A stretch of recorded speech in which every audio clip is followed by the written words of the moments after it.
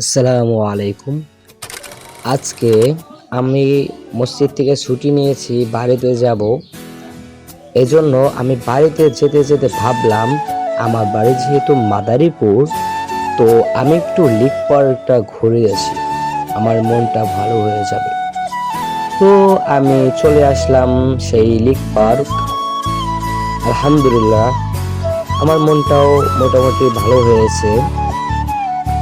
আমার কাছে অত্যন্ত ভালো লাগতেছে।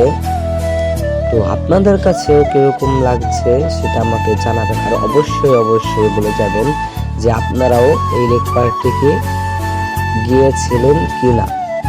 কারণ এটা হচ্ছে অসাধারণ একটি পার্ক। আর বিকালের দৃশ্যটা কি বলবো, আর আলহামদুলিল্লাহ মাশাআল্লাহ, কি সুন্দর বিকালের দৃশ্যটা। আপনাদেরকে আমি বলে বোঝাতে পারবো না যে বিকালের দৃশ্যটা কতই না সুন্দর। যদি আপনারা বিকালে কেউ যেয়ে থাকেন তাহলে আপনারাই জানেন যে বিকালের দৃশ্যটা কেমন। আমার কাছে খুবই ভালো লেগেছে।